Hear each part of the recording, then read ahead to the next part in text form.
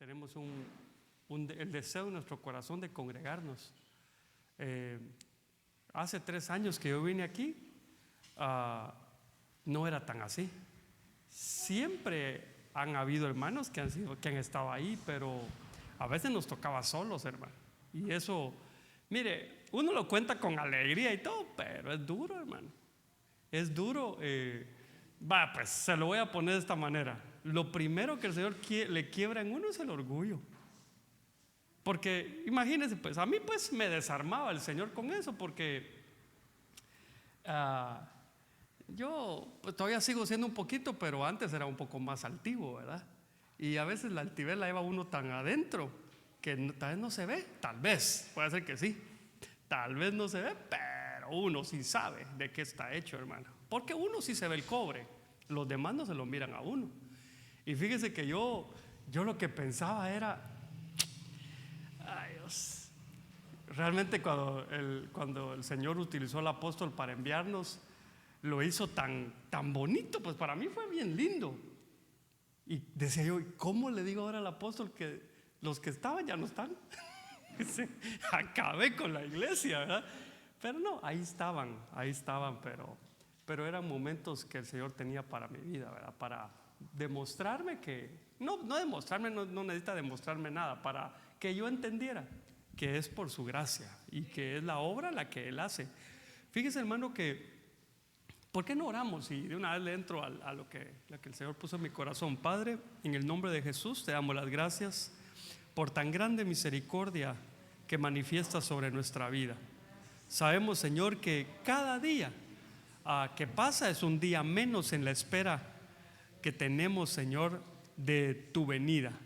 Permite que cada momento que nos expongamos a tu palabra sea un momento oportuno para quedar embarazados de ella y llevar fruto agradable para ti. No permita, Señor, que perdamos el tiempo en vanas palabrerías, que perdamos el tiempo, Señor, en decir o escuchar cosas que nos desvíen de la ruta que tú tienes trazada para nosotros. Por favor, Señor, como una trompeta, anuncia tu palabra sobre nosotros para que seamos convocados, Señor, a esa fiesta a la cual tú nos estás llamando. En el nombre poderoso de Jesús, gracias, Señor. Amén y amén. Amado hermano, antes de contarle un poquito del tema, quiero decirle que pues la Biblia dice que las naciones están expectantes, ¿verdad?, de lo que está sucediendo afuera, y nosotros tenemos que estar también pendientes de eso, porque dice la Biblia, cuando estas cosas estén sucediendo o empiecen a suceder, erguidos y levantad vuestras cabezas, porque el tiempo de vuestra redención se acerca. Y después sigue y dice que ese no es el fin, todo lo que está pasando, sino que es principio o comienzo de dolores. Es decir, como que la iglesia va a atravesar dolores de alumbramiento antes de irse con el Señor. Pero fíjese que las cosas están poniendo de veras, hermano, color de hormiga.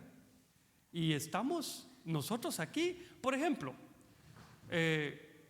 la fecha, ¿alguien se recuerda la fecha exacta cuando apareció el primer caso COVID en el mundo? Sí, en diciembre de 2019.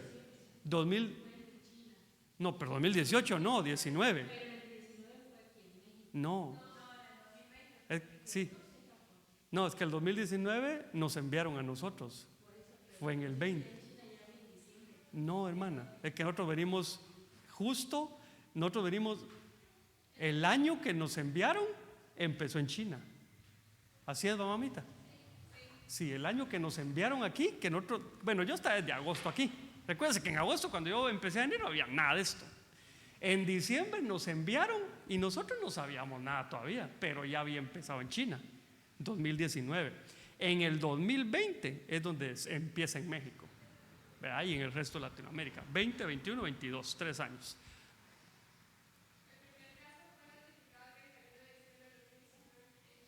...31 de diciembre de 2019, exacto.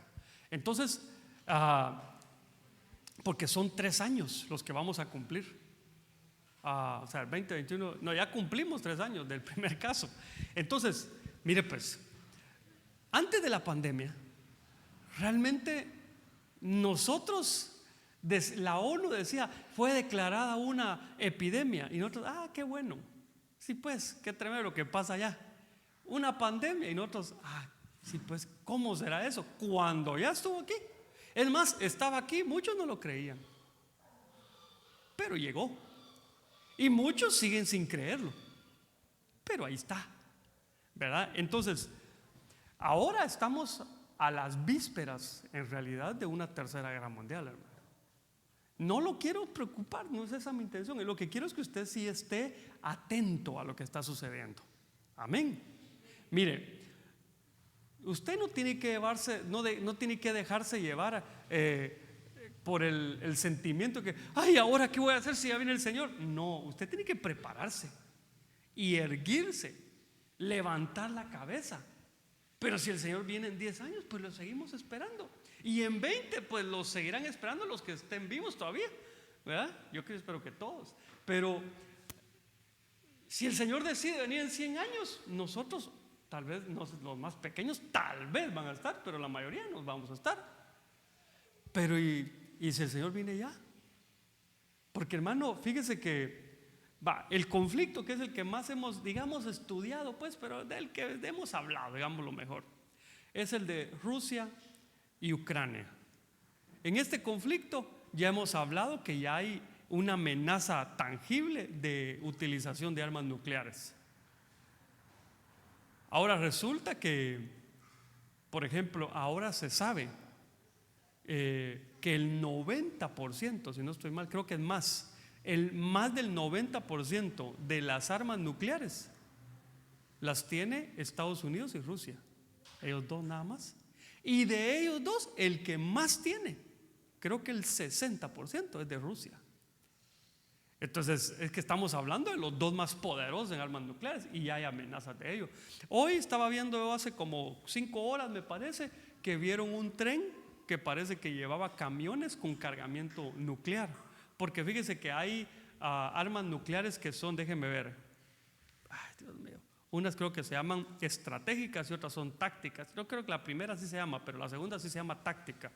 La primera es como la bomba de Hiroshima, Nagasaki, que destruyen ciudades.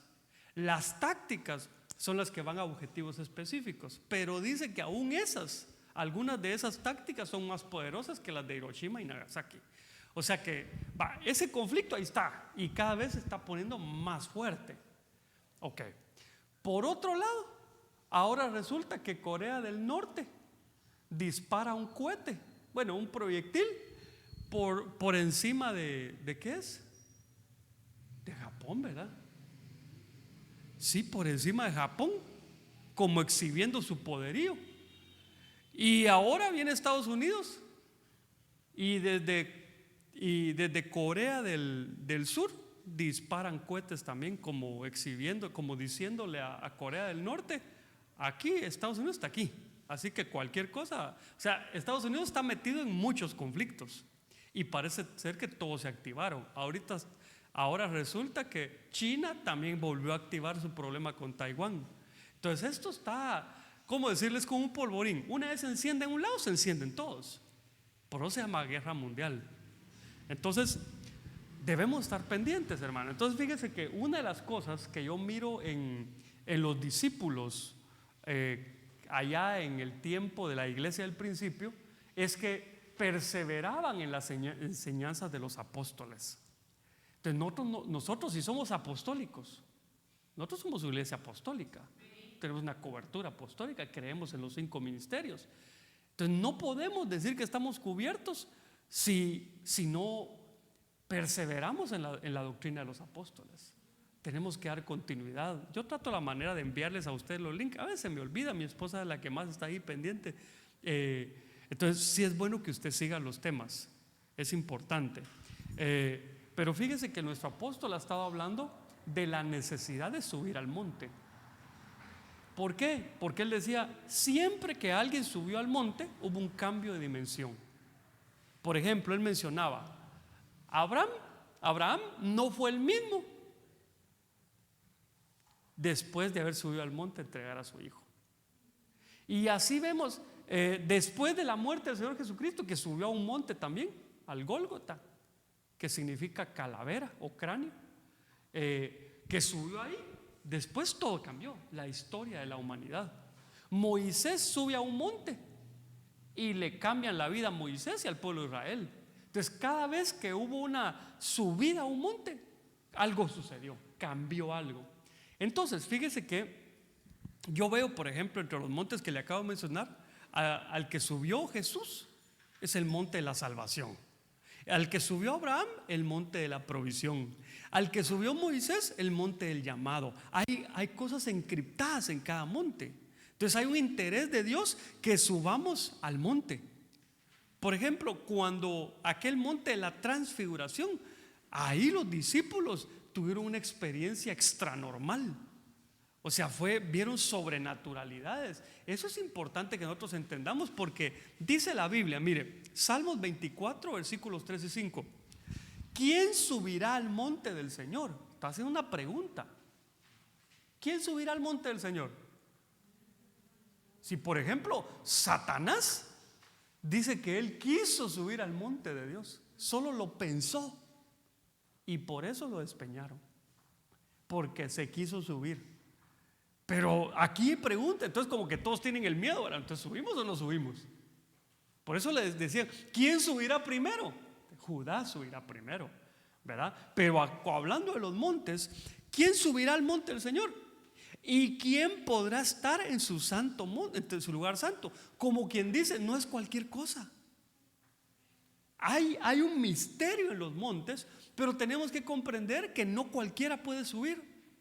Y aquí dice quiénes: el de manos limpias, es decir, aquel que su actuar es limpio, que no hay suciedad en su actuar, que no hay impurezas en su actuar. El de manos limpias. Y el de corazón puro. O sea, corazón puro es que no hay mezclas en él. Prácticamente eso es lo que el Señor pide de alguien que va a subir al monte.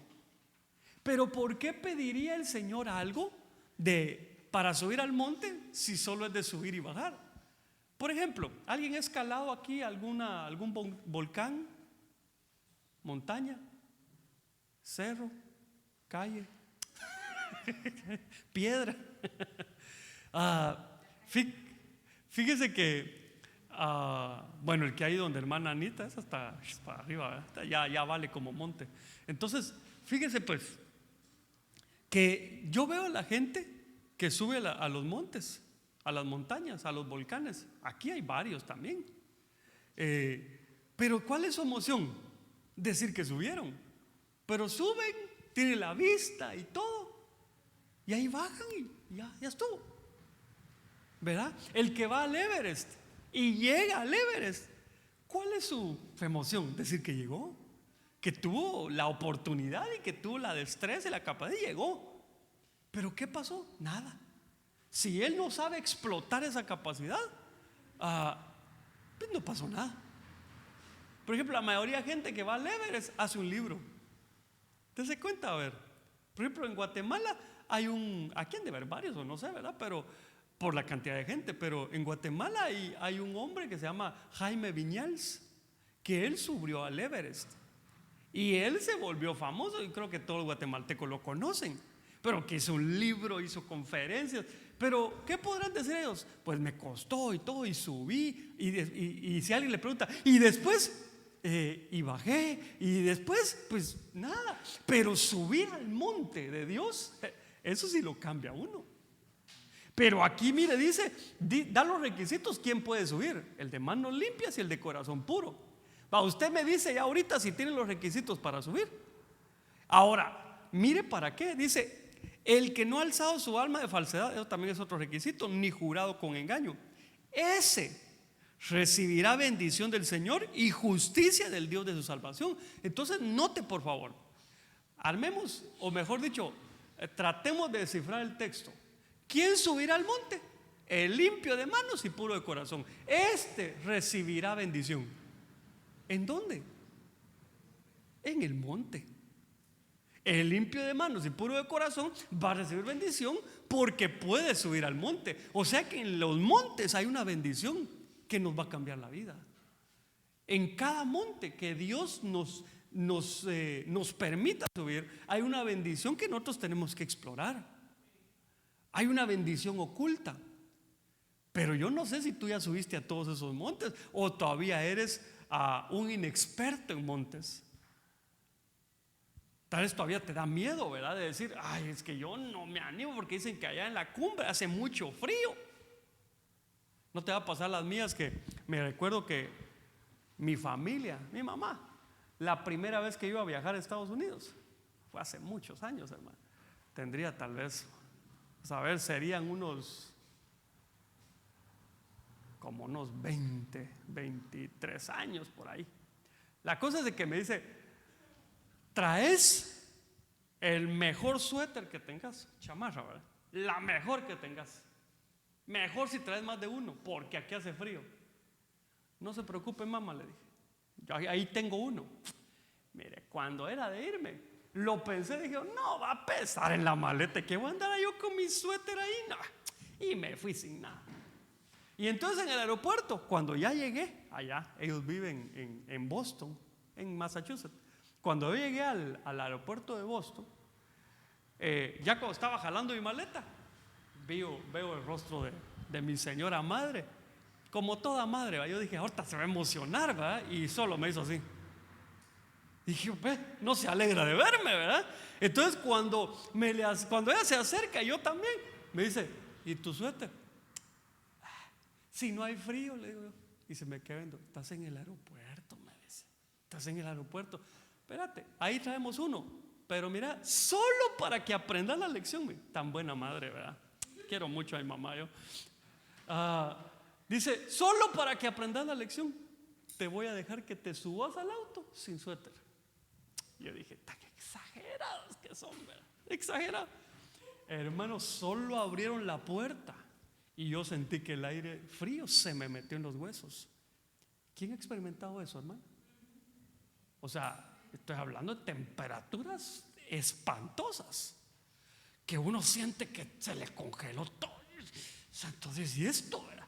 Y yo corría al carro, pero no sé cómo, así pura momia, ¿verdad? A modo de entrar.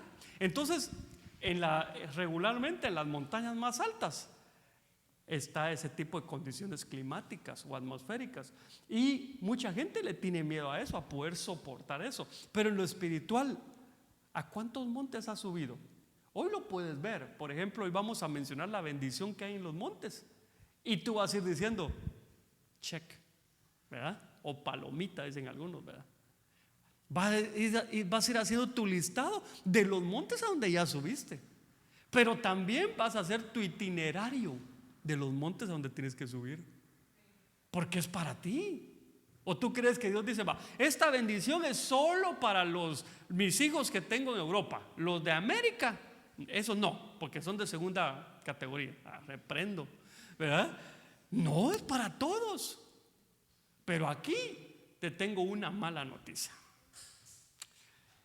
La mala noticia es que cuesta tanto subir que yo no te puedo llevar a cuestas. Aquí tienes que subir tú solito. Y otra cosa, en la medida que vayas subiendo y entre más alto sea el monte, tú en la medida que avanzas te vas a tener que ir inclinando. No hay forma que subas parado. Vas a tener que subir en una posición en la que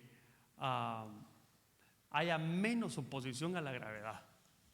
Bueno, entonces, déjame ver aquí. Yo hice una investigación así rápida y te la quiero dejar para que tú la tengas ahí, y si quieres seguir estudiándolo. Yo vi que la Biblia, para decir monte, en griego solo hay una forma. Solo una forma encontré, al menos hoy en la investigación que hice. Pero en hebreo hay varias. Por ejemplo, está la H2022, que se escribiría más o menos así, Har. Está la H3293, Ya'ar. Está la 2023, Jor. La 1389, Gibá. la 2042 Harar, la 8149 Shenir y la 2906 Tur, ¿verdad? En esa ya le incluye el tour para que lo vayan explicando mientras va al monte. Entonces, mire, ya ahí hay 7 formas de decir monte. Entonces, hoy le quiero hablar de la primera, pero ahí usted tendría para estudiar. Porque ¿quién subirá al monte? Primero hay que conocer qué montes hay. Por ejemplo, cuando alguien, dígame cuál es el monte o la montaña o el campo es más grande de aquí. Popocatépetl, ¿no? ¿Se podría decir? ¿Sabe usted de eso o no? ¿O tiene una idea? ¿Cuántos metros sobre el nivel del mar? A saber, ¿verdad? Pero ese es más famoso, ¿verdad? Pero imagino que hay más pequeños. Pero no es lo mismo que le diga, vámonos a subir al Popocatépetl, así se dice, ¿no? A que le digan, vámonos al montecito Pirulín, así es el más chiquito. No, porque para el montecito Pirulín, ahorita mismo agarramos y subimos y en 2 horas llegamos. El Popocatépetl ha de ser cosa seria, ¿verdad? 5.5 kilómetros, hermano. O sea, para arriba. O sea, no así, sino así. O sea, tanto tiene, tanto. ¿Ah? Hay otro más grande. ¿Cuánto tiene el más grande? Ok. Entonces, ¿cuánto tiene el Everest? Entonces, fíjese pues, usted se debe preparar para el monte que va a subir. Y entre más grande la bendición, asumo yo que es más alto el monte. Vaya, ya sabe, si sube el Popocatépetl, usted casi está como a 2/3 partes de subir el Everest, solo que con un poquito más de frío, ¿verdad? Casi. La cosa es que en equipo, todo se tiene que preparar. Entonces, mire, hoy vamos a hablar de esta, de la H2022, que es la palabra Har. Y esta pues significa monte, montaña o región montañosa. Eso es lo que significa. En otras palabras, lo que haya en ese monte es una bendición para nosotros. O bien el significado de ese monte. Entonces, mire, yo encuentro que esta palabra aparece con referencias de determinados lugares. Y entonces esos lugares tienen un significado para nosotros. Quiero empezar por este. Deuteronomio 11:29. Recuerda, usted tiene que ir pensando, ¿este ya lo subí o este no lo he subido? La palabra por sí sola, el texto, no le va a ayudar de mucho. Pero si se le hace un rema, usted va a ser bendecido. La idea es que usted vaya atrás de esos montes y que los quiera escalar. Entonces, dice, y acontecerá que cuando el Señor tu Dios te lleve a la tierra donde entras para poseerla, pondrás la bendición sobre el monte Gerizim y la maldición sobre el monte Ebal. Por lo mismo, ahorita en este texto le quiero hablar del Gerizim, porque ahí en el Ebal pues está la maldición, ¿verdad? Pero le quiero hablar del Gerizim. Fíjese que esa palabra Gerizim significa cortes y esquejes. Yo fui a investigar esta palabra porque solo en la mayoría de diccionarios solo dice cortes. Entonces, cuando uno piensa en un monte y dice cortes, uno lo asocia con que hay un corte en el monte, que está cortado. Pero fíjese que encontré también que era esquejes. Y eso ya cambia las cosas. Porque entonces cuando habla de cortes se está refiriendo a cortes de plantas, pero no cualquier corte, sino que cada corte representa un esqueje. ¿Y qué es un esqueje? Es una semilla vegetativa o semilla asexual. La semilla sexual, a ver, no lo confundí, está la semilla sexual y la semilla asexual. La semilla sexual es la que nosotros regularmente conocemos, el frijolito, el maicito, eso. La semilla asexual es un corte de una planta. Por ejemplo, ¿usted ha sembrado rosales? ¿Alguien? ¿Sí? A ver, hermana, cómo hace la siembra en un rosal? ¿Qué siembra? Encuentra las semillitas y echa las semillitas. Pero ¿qué es lo que más hace la gente? Sí. Esos son esquejes. ¿Sí? Son semillas vegetativas. Entonces, ¿eso qué quiere decir? Que el monte Gerizim tiene una bendición oculta y es la capacidad de multiplicarse. La capacidad de pegar en un lugar, de adherirse y poder dar frutos. La capacidad de reproducirse. Fíjese que a veces damos por hecho que todos tenemos la capacidad de reproducirnos, y no es así. Porque hay algunos que son estériles y no lo saben. Por ejemplo, en lo secular, una señorita que no está casada, ella tal vez desde que nació es estéril, pero no lo sabe. ¿Cuándo se va a enterar? Tal vez ni se va a enterar cuando no pueda tener bebés, porque puede ser que el estéril sea el esposo. Cuando sea exámenes, es decir, intenta reproducirse y no puede. Entonces la fecundidad, a ese dirá, no, de una persona es una bendición, el poder reproducirse. Pero yo no me quiero reproducir si estoy mal. Por ejemplo, los gremlins tenían la capacidad de reproducirse. Les caía, no, eso no, ¿verdad? O eso solo se volvían monstruos, o sí se multiplicaban. También. Se multiplicaban con el agua. Pero fíjese que hay cristianos gremlins que son unos monstruitos y así se multiplican. No, de veras, hermano. ¿Yo por qué le tengo confianza? Se lo cuento. Mire, yo no me preocuparía tanto porque la iglesia crezca. Me preocuparía porque la gente fructifique. Si el pueblo fructifica, está listo para crecer. Pero si crece primero antes de fructificar, vamos a tener un problema. Porque así como vamos a tener buenas ovejas, vamos a tener ovejas que más dan que hacer. Por ejemplo, el profeta Tito hoy, no, él era, el apóstol creo que era. Él decía, hay cristianos. No era él. ¿Cómo? Sí, Julio Herrera. Dice, hay cristianos que llegan y dice, hermano, le quiero pedir cobertura. Pero dice, no se establece en el lugar, sino que ya en su maceta. Y al rato se van. Ahora, yo le voy a decir algo. No es que uno quiera retener a la gente. No, si Dios quiere que la persona se mueva, pues Dios va a decir.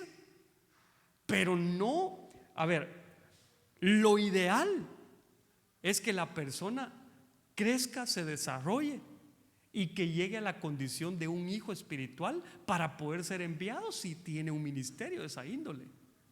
Imagínese enviar gente que no llegó a esa categoría. Entonces, esta es una bendición para poder multiplicarnos. Entonces, en otras palabras, si ya dijimos que para subir al monte hay que ser de manos limpias y de corazón puro, y esta es la capacidad de reproducirse, ¿qué es lo que se debería reproducir entonces? Los de manos limpias y de corazón puro. Porque si no, entonces saber por qué se multiplicó, ¿verdad? Pero no creo que haya sido por llegar a este monte. Entonces, la importancia, hermano, es no ser estériles, sino es ser fructíferos. Continuemos. Génesis 10:30. Y su territorio se extendía desde Mesa rumbo a Sefar, la región montañosa del oriente. Ahora, aquí la palabra Har, de monte, también significa, recuérdense, región montañosa. O sea que aquí tanto Mesa como Sefar son montes por separado, pero constituyen una región montañosa. Entonces, yo lo que veo aquí es que en ese texto hay algo bien lindo. Fíjese pues, lo primero, mesa significa libertad, no libertinaje, libertad. Y dice que es desde mesa hasta cefar. Y cefar significa censo, enumerar. Y cuando yo veía ahí decía, esto sí está raro, ¿verdad? Porque ¿qué le digo a los hermanos que significa eso? Pero cuando vamos a la palabra cefar viene de la 5611 y esta viene de la 5610. Y la 5610, entre las acepciones que tiene, es escriba.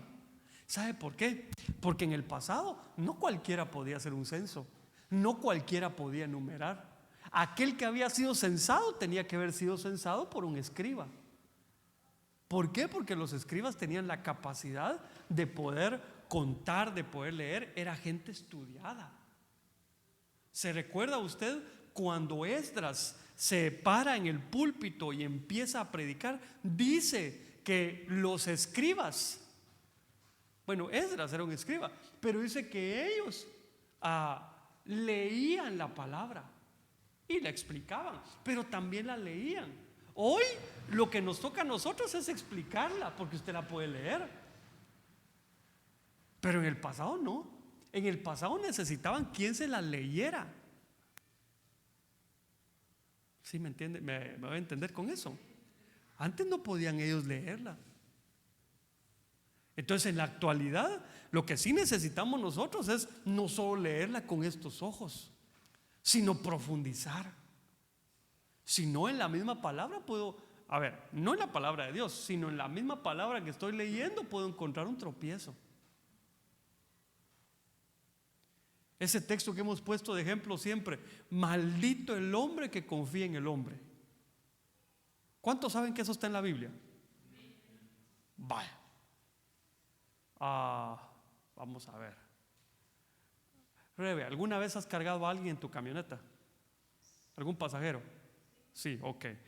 ¿Alguna vez? No, si te sientes comprometido no vas a decir, pero ¿alguna vez has ido a más de 100 kilómetros por hora? ¿Sí? Normalmente, no, o sea, pregunto, a las personas que llevas, ¿ellas van confiando en ti o no confían en ti? El que no confía en él tiene que bajar. Por ejemplo, la vez pasada Ismael me dio raya en la moto. Yo no me subí, papito, por favor, toma las manos de... No, yo confío en él, que la licencia, sí tiene licencia. Que la licencia se la dieron porque sabe manejar. O sea, yo confío en él. Ahora la pregunta es, ¿y yo soy maldito por confiar en Ismael? No. ¿Por qué? Porque eso que le acabo de leer está en español. Pero ahí lo que dice, pasándolo a palabras en hebreo: maldito el Geber que confía en el Adán. Entonces, en otras palabras, maldito el hombre maduro que pone su confianza en un inexperto, en un inmaduro. Entonces, ve cómo la misma palabra, si solo la leemos textual, nos puede confundir. Entonces, tenemos que alguien nos la lea. Necesitamos escribas, hermano. Y entonces aquí nos dice que una bendición de los montes es tener escribas que nos hablen la palabra. Y ahí se aplica aquel texto que dice: y conoceréis la verdad, y la verdad os hará libres. Entonces, el tener maestros, hermanos, es una bendicionota. Nos van haciendo libres a través de la palabra y de la explicación de la misma. Mire, yo le tengo que decir algo, tengo que confesar algo. Cuando yo llegué por primera vez a Ebenezer, yo no me convertí en Ebenezer, pero no fue mucho tiempo después de que me convertí que llegué a Ebenezer. Pero antes estaba en el ministerio, o sea, en el mismo. Yo no conozco otro ministerio. O sea, estaba en el IM, pues, antes era el IM. Ok, pero antes de que suceda lo que sucedió después, que prácticamente hay una separación entre Ebenezer y el IM. Antes de eso, el Señor me lleva a Ebenezer. Y una de las cosas que el Señor me habla el día que voy entrando, literalmente voy caminando adentro de la iglesia, y el Señor me habla a mi corazón y me dice: bienvenido a tu casa. Y entonces yo hasta volteo, ¿verdad? Y esto, ¿verdad? Qué rico se sintió. Y entendí por qué era mi casa. Porque, hermano, pude disfrutar la palabra que salía del púlpito. Hermano, aprendí a que congregarme todos los días no era por obligación ni por costumbre. Bueno, aunque sí se convierte en una buena costumbre, sino que aprendí que era un deleite. Porque la palabra uno lo va cambiando. A veces uno dice, a veces uno se vuelve catador. Hoy no estuvo así muy buena la palabra, pero te cambió algo adentro. Te movió algo en tu relojito y te lo ajustó. Por ejemplo, ese reloj que tenemos ahí, ya lo he ajustado 2 veces desde que lo pusimos. No es que no diera la hora, pero sí ya la daba equivocada. Entonces, con el control le tenemos que mover hasta colocarlo a lo que dicen los relojes de nuestros teléfonos, por ejemplo, que es más o menos la hora real. Entonces, igual nosotros, a veces empezamos a desviarnos y la palabra nos ajusta. Y dice, no, vas mal allá, te voy a ajustar acá. Entonces, es una bendición, hermanos, tener la enseñanza. Fíjese pues, yo veía ahí a los hermanos que estaban predicando en el retiro de pastores en Honduras. Yo le aseguro lo que le voy a decir ahorita, pero se lo aseguro, porque yo así me sentiría. Es bonito predicar, es una bendicionota, pero yo honestamente, hermano, yo cambiaría el predicar por sentarme a oír. Por ejemplo, a los que no lo oyeron, el pastor Julio Herrera se echó una enseñanza. Oye, hermano, no estoy idolatrando, solo estoy diciendo. Bueno, todos, ¿verdad? Pero yo me la disfruté. No quería. Llegaron alguien llegó a la casa a no sé qué, otra cosa que no viene al caso aquí. Hasta le puse pausa y di las gracias a Dios que lo estaba viendo en YouTube, hermano. Porque si hubiera sido allá en Honduras, me sacan de ahí, ya no me entero qué dijo, ¿verdad? Entonces, aprovechemos la palabra.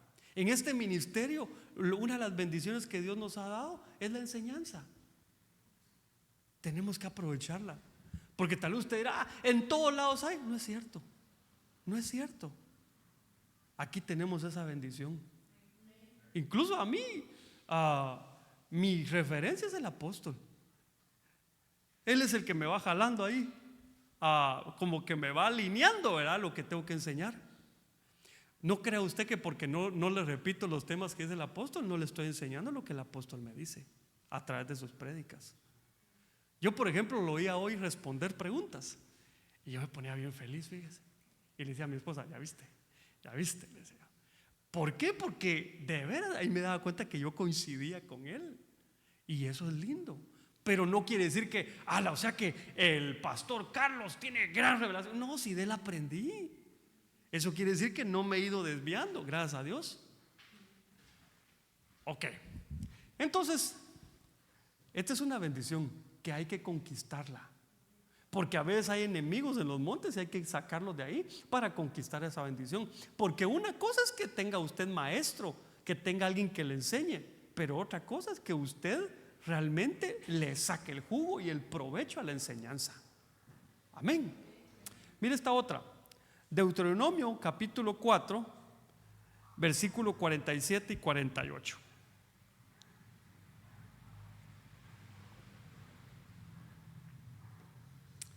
Este está bien lindo, hermano. Mire, dice: y tomaron posesión de su tierra y de la tierra de Og, rey de Basán, los 2 reyes de los amorreos que estaban al otro lado del Jordán hacia el oriente, desde Aroer, que está a la orilla del valle de Arnón, hasta el monte Sión, es decir, Hermón.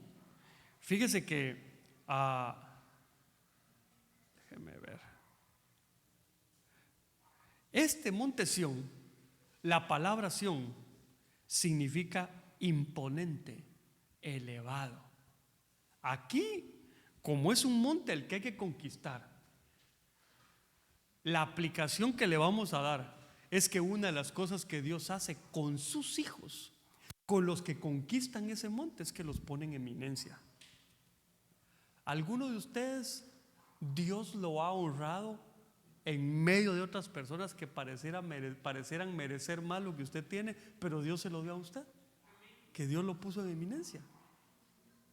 Hermano, yo en mi vida profesional, yo tuve cargos que hasta la fecha no sé por qué, o sea, sí entendí por qué los tuve en su momento, pero digo, habiendo tanta gente mejor preparada que yo, ¿y por qué me pusieron a mí? Porque Dios quiso ponerme en eminencia.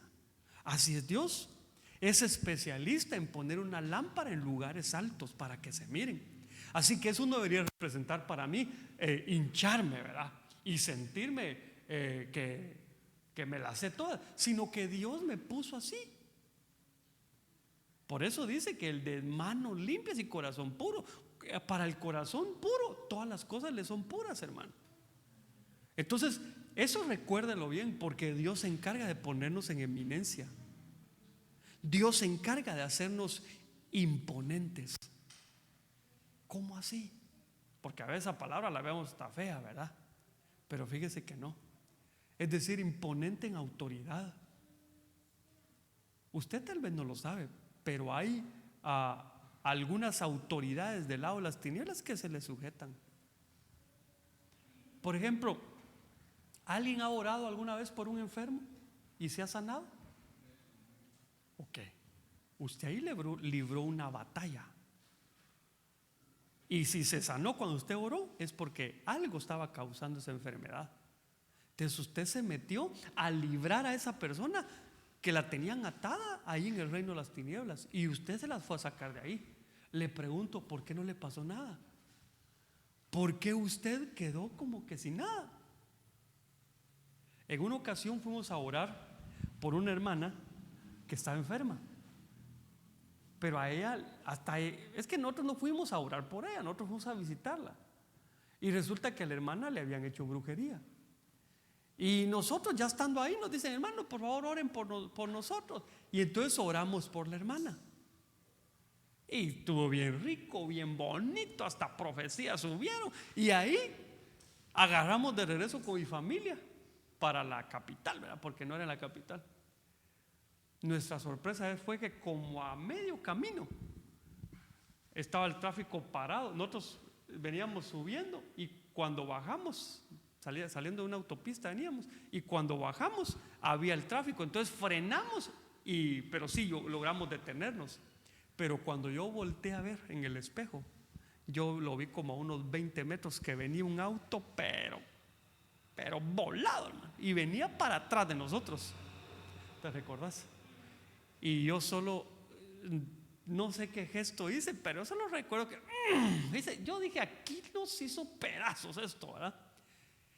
Y mire, solo vi por el retrovisor que el auto justo cuando estaba dándonos atrás se hizo así, y necesitó 3 autos más para poder parar. O sea que nos iba a dar atrás. Y en ese momento entendí, ese fue puro contraataque del enemigo. El enemigo no se pone feliz cuando tú le arrancas un alma, cuando tú haces una obra de parte de Dios en su territorio. Entonces debes saber que hay una autoridad que Dios puso sobre ti y que es respetada, pero también hay una demanda por eso.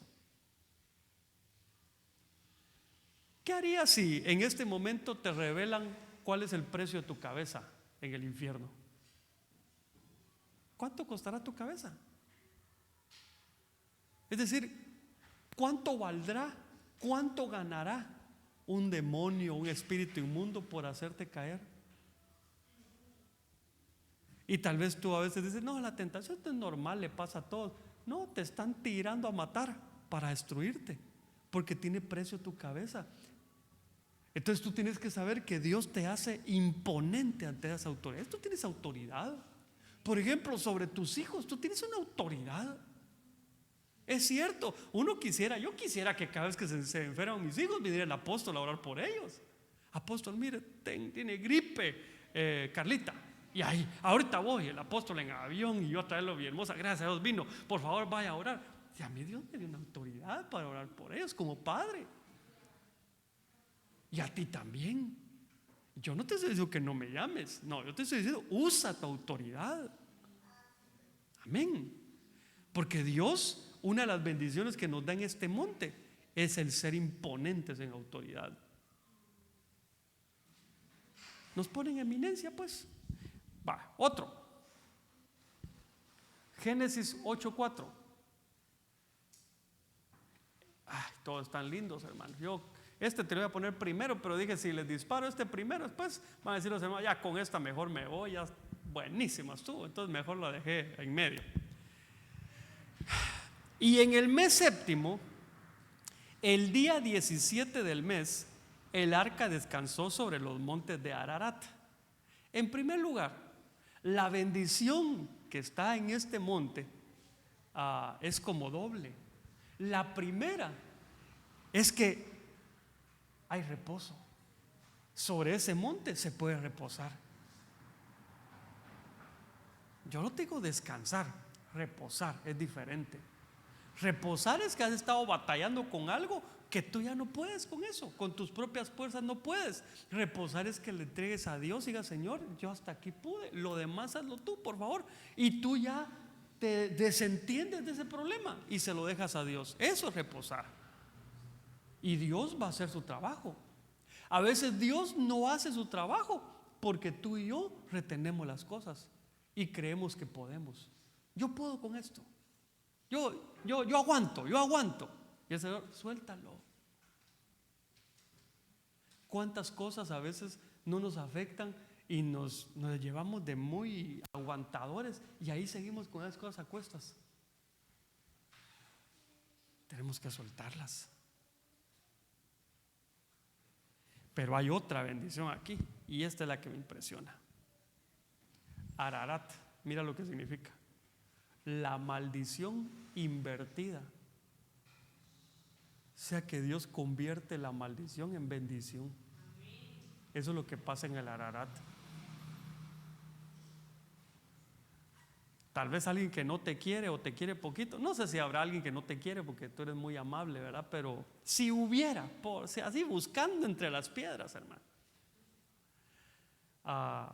Yo aprendí de una manera bien dura que no soy monedita de oro, hermano. Fíjese que a mí siempre me ha gustado saludar gente y me la llevo de muy amigable, pero de repente mi vida me llevó a encontrarme con gente que se declaraban abiertamente mis enemigos. Y yo que decía, cuando decían enemigos, yo empezaba, enemigos, no tengo, decía yo. Cuando empezaron a salir, yo sentía que todos eran mis enemigos. Pero ya eran enemigos bien feos. Por ejemplo, uno de ellos era enemigo de muerte, hermano. De esos que uno no quiere tener. Y encima de eso, él decía que era mi enemigo por algo que yo había hecho. ¿Y tú tienes enemigos? Solo puros amigos. Sí, puros cuates con pinches. Yo deseo que así sea. Pero si no, si hay más de alguien, tal vez ni lo sabes tú, ¿verdad? Que tal vez por pura envidia te desea maldiciones. Sube al Ararat. Ahí, por mucho que te maldigan, esa maldición se va a cambiar en bendición. Entonces, ¿y esto tan bueno que me está pasando a mí? ¿Qué es esto, verdad? Es que subiste al Ararat y ahí te están cambiando la maldición por bendición. Entonces recuérdate, por ejemplo, está Balaam y está Balac. La vez pasada me dijo mi esposa, y tiene razón, me equivoqué, pero fue por, ¿cómo decirte? Se me fue, ¿verdad? Yo dije, a veces tú quieres decir un nombre y dices uno parecido y no era ese, ¿verdad? Ahí me pasó, yo dije Balaam y Balaam, dije yo, ¿verdad? Pero no, es Balac. Pero bueno, ya lo corregí ahorita. La forma de pedir disculpas mía, ¿verdad? No, es que fue un error involuntario, hermano. Hay unos que cometí y son voluntarios y ahí sí me toca avergonzarme y echarme ceniza y quitarme el pelo y toda la cosa, ¿verdad? Entonces, pero mira, están, por ejemplo, Balac contrata a Balaam y le dice, maldíceme a Israel. Y Balaam intenta. Se quiere echar su maldición y Dios le cambia la maldición. Qué lindo es oír eso, hermano. Que Dios cambia la maldición en bendición.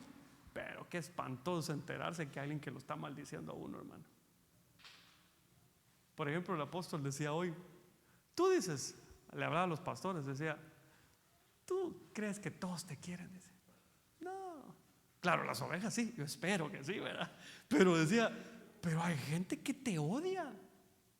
Porque, pues si hay brujos por ahí, los brujos te odian. Porque algo estás haciendo que Dios quiere que hagas y lo estás afectando.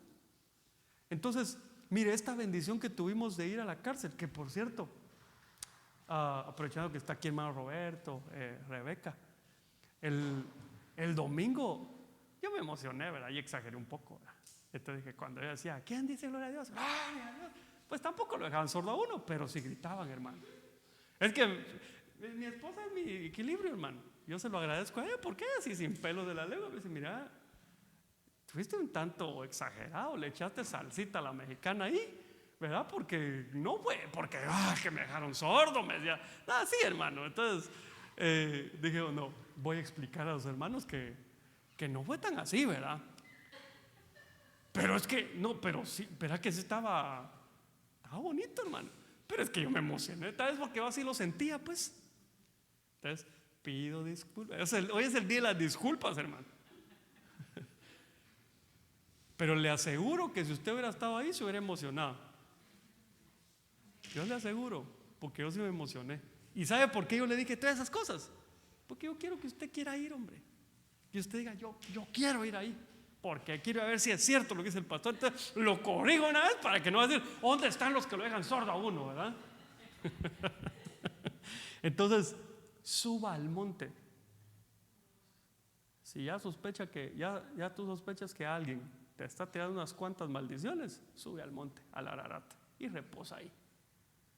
No te pongas del tú a tú, ¿verdad? ¿Cómo que? ¿Qué me dijiste? Si yo soy hijo de Dios, a mí esas maldiciones, ya está peleando ahí. Hermano, las peleas, ¿de qué sirven? Es mejor dejárselo al Señor. Claro, si hay un momento el Señor te permite defenderte, está bien, ¿verdad? Si no, te va a pasar al apóstol Germán, ¿verdad? Que él decía que había un hombre bien alto ahí que le hacía la vida imposible. Fíjate que tremendo, eso no lo hemos visto aquí, ¿verdad? Pero que había un señor que llegaba a la iglesia, que dice que en la alabanza todo bien cantaba y todo. Ya cuando en la hora de la prédica, él dejaba reservadas 3 sillas siempre y se acostaba a dormir. Se acostaba a la hora de la prédica. Así bien raro, hermano. Y entonces dice que ya lo traía, ¿va? Entonces un día dice que pasó allá por él trabajaba en lo secular cuando empezó. Entonces que pasó enfrente de su trabajo. Dice que él lo vio desde el segundo nivel y le dijo, espérame ahí, le dijo, y bajó y el otro salió huyendo. Y dice él que lo salió corriendo, ¿verdad? ¿Por qué? ¿Y quién no se va a enojar, pues, hermano? ¿Cómo se pondría usted? Bueno, tal vez usted porque no está predicando, pero, hermano, si a veces me dan ganas de despertarlo. Y ahora imagínense que ponga 3 sillas y que se acueste a dormir.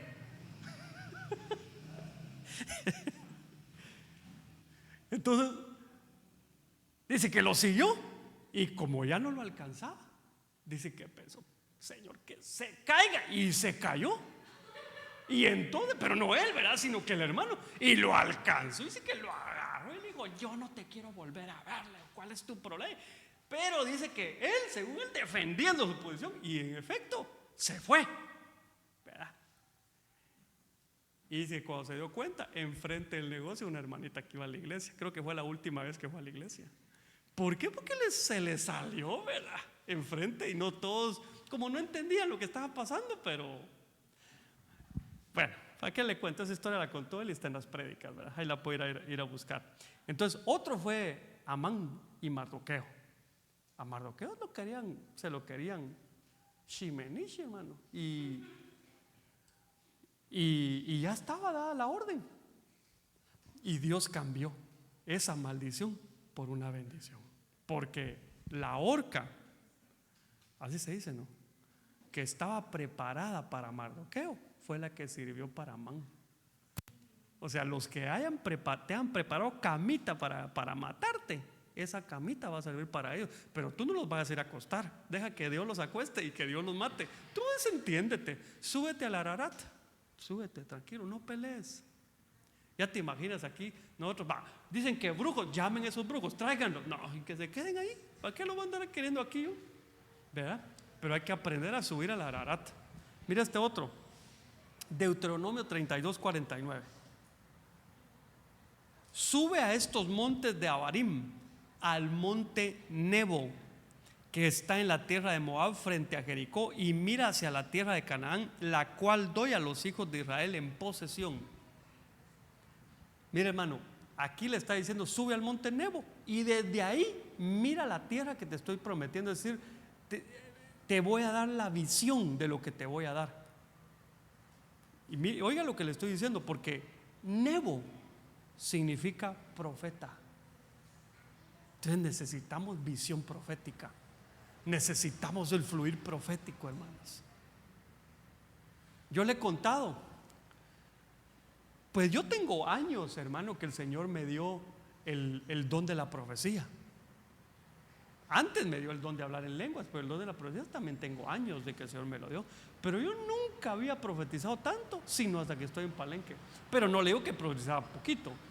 O sea, gracias a Dios, pues de la casa donde yo vengo, me conocían porque yo profetizaba. No todos los domingos, pero sí profetizaba, porque profetizar en una iglesia grande es difícil.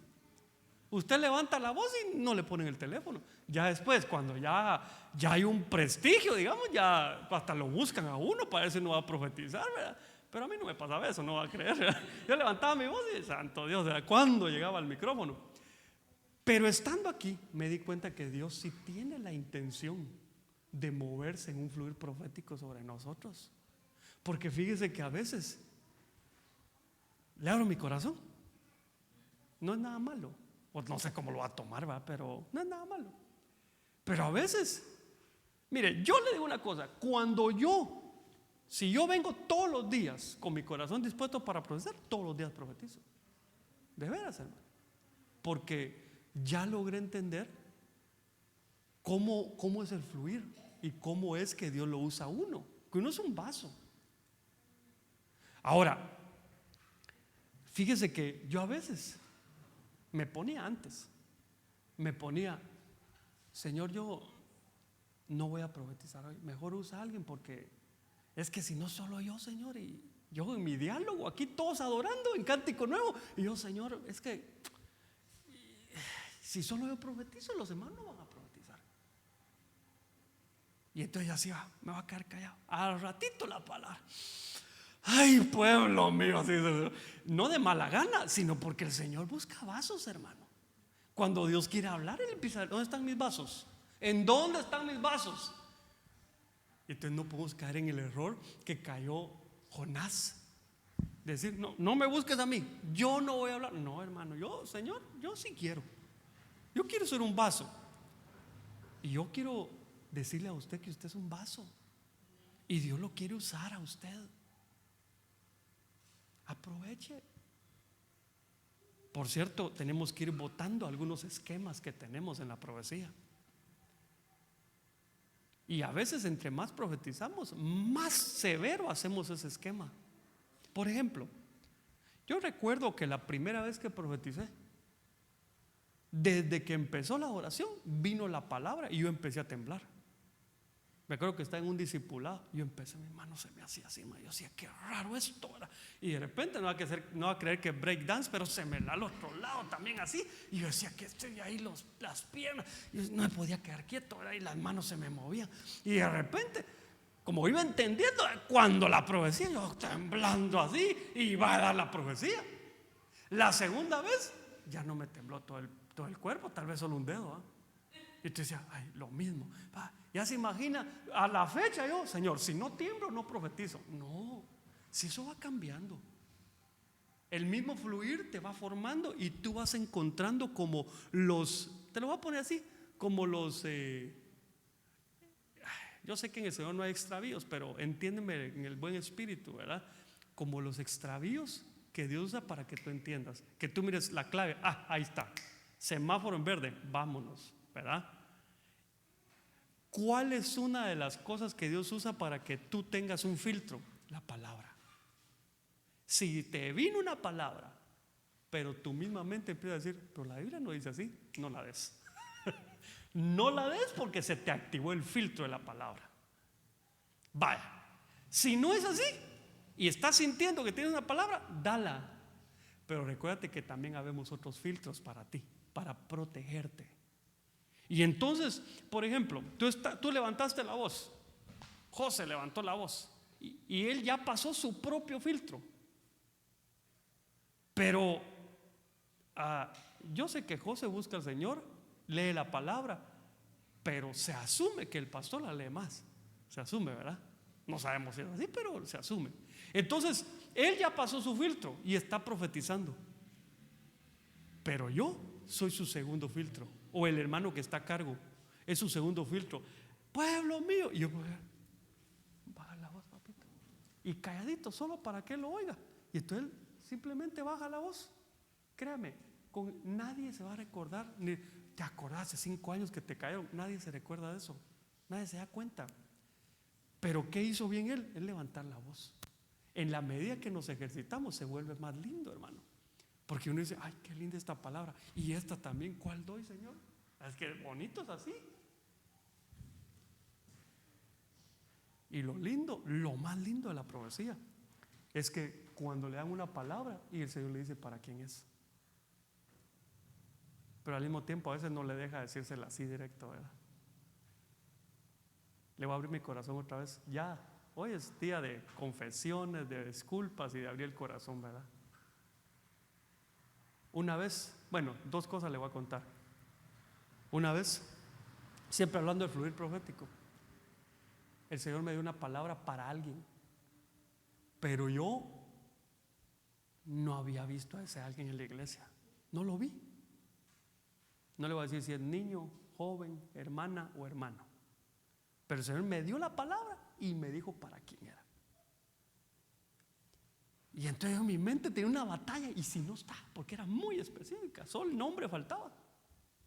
¿Y si no está? Y yo le dije, bueno, Señor, es tu palabra.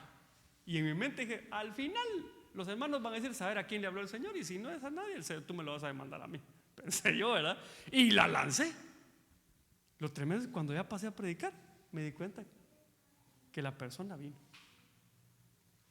Entonces dije yo, Señor, tan lindo, ¿verdad? Porque bien puntual. En otra oportunidad, hasta me dieron ganas, hermano, de voltearme. Yo decía, hoy sí me voy a voltear y voy a profetizar viendo al hermano o a la hermana. Así es el Señor. ¿Verdad?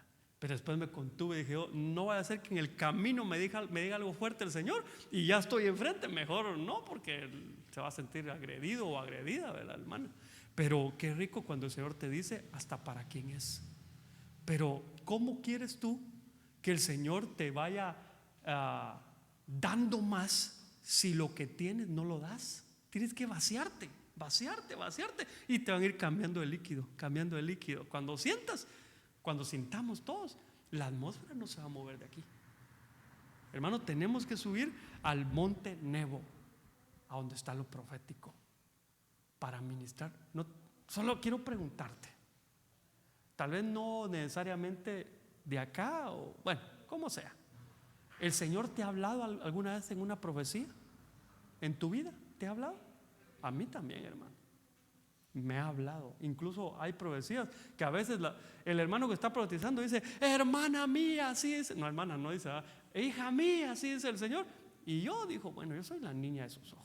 Entonces la agarro para mí, porque el contenido se aplicaba. Te digo, no, esto es para mí. Yo la agarré, porque de repente el hermano lo asoció que solo para una hermana era, pero lo que está diciendo, eso casa.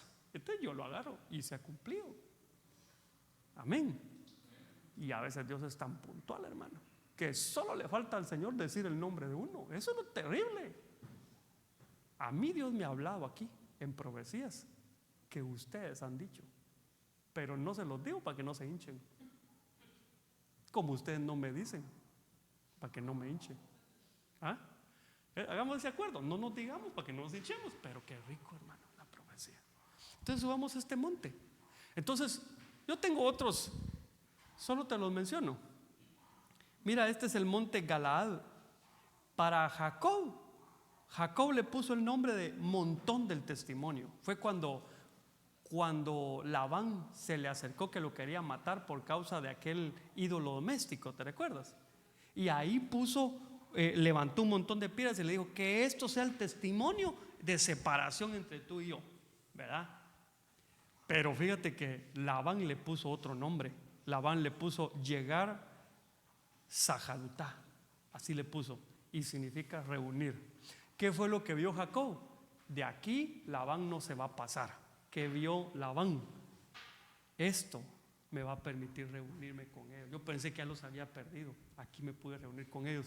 Entonces, a veces lo que nos separa es la falta de límites. ¿Cómo así?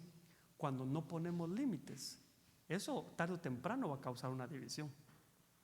Entonces, los límites sirven para que no haya división, sino solo respeto. Cuando usted pone límites, esos límites ayudan para que usted pueda estar en unidad con alguien. ¿Sí? Si usted no pone límites, cuando sienta en un gran pleito está porque no puso esos límites.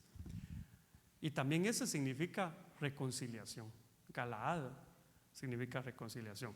Éxodo 3:1, mire, aquí está este monte, es el monte Horeb, significa desierto.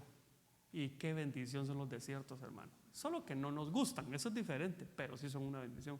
Y la llevaré al desierto. Dice, la seduciré y la llevaré al desierto. Y ahí, en el desierto, le hablaré a su corazón. Es una bendición. Entonces, no protestes en medio del desierto. Sea agradecido. Dios te está bendiciendo ahí. Amén. Mira este otro. Hebrón, unidad.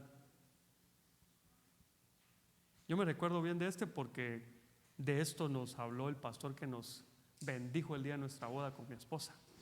¿Te acordás, verdad? De Hebrón, de la unidad. Y, por cierto, para que haya unidad en un cuerpo, es vital que haya respeto de un miembro hacia el otro. Si no hay respeto, no hay unidad. Por ejemplo, te imaginas en el mundial de fútbol, la mano diciéndole al pie, así no se vale, porque solo tú pateas la pelota y porque yo no la puedo meter, y de repente yo voy a jugar también, tarjeta roja por haber metido la mano. Entonces, para que haya unidad tiene que haber un reconocimiento de y respeto de las funciones de los demás. Y el último, y ese era el último. Entonces, déjame bendecirte para que puedas llevarte tu saco bien amarradito para tu casa y que puedas estudiar esta palabra. Yo te insto a que puedas subir al monte. Ya limpiaste tus manos, ya purificaste tu corazón, ya tienes la entrada. Ahora sube al monte, no te quedes abajo. Que el Señor nos ayude, hermano. El apóstol hablaba hoy que una de las cosas por las que yo no puedo subir al monte, así como le pasó a Moisés, es que él estaba en el campamento sin ver a su esposa y a sus hijos, hasta que Jetro le llevó a su esposa y sus hijos. Entonces dice que estaba al pie del monte. Es decir, una dificultad para subir al monte es no tener un hogar restaurado. Es complicado, pero si aún así tú puedes subir al monte, si no es de parte tuya el problema, ¿verdad? Sube al monte y los demás van a subir también, tarde o temprano. Padre, en el nombre de Jesús, yo te doy las gracias por este pueblo que me has dado a pastorear. Permite que esta palabra, Señor, como agua fresca, se filtre entre los espacios porosos de ese suelo llamado corazón, y que pueda permear, Señor, el mismo, y pueda sacar de ahí todo terreno escabroso, toda cosa fea, Señor, y que poco a poco seamos llenados con el agua de tu palabra. Que esta palabra nos sirva para reconocer que sin tu bendición estamos perdidos. Auxílianos, Señor, para que todo lo que tienes reservado para nosotros lo podamos alcanzar. Señor, por favor, que todos esos regalos que tú planeaste darnos aquí en la tierra, todos sin excepción, los podamos recibir en la tierra. Que cuando lleguemos contigo, Señor, no haya nada en las bodegas, sino podamos decir: todo lo que Dios me quiso dar en la tierra, todo lo recibí. Papito, por favor, haz una obra con este pueblo. Haznos amantes de tu venida. Haznos amantes, Señor, de oír tu voz. Que deseemos tanto tu palabra que nos expongamos constantemente. Señor, que venga sobre nosotros un deseo por escudriñar, por ir más allá de la impartición misma de la palabra, que vayamos más allá. Señor, aquellos que tienen el deseo pero no tienen los medios, provéele los medios, Señor, para que puedan investigar, para que ese deseo que has puesto en su corazón por escudriñar tu palabra, por estudiar, por hacer esquemas, permíteles que tengan todos los instrumentos necesarios para que lo puedan hacer, y que nos convirtamos en una iglesia en donde manejamos tu palabra con precisión, Señor, con precisión, que seamos ambidiestros, que tu palabra la podamos manejar con la derecha y con la izquierda. En el nombre poderoso de Jesús, yo bendigo a mis hermanos, Señor, por la paciencia y por estar a la espera de tu palabra siempre. Amado Dios,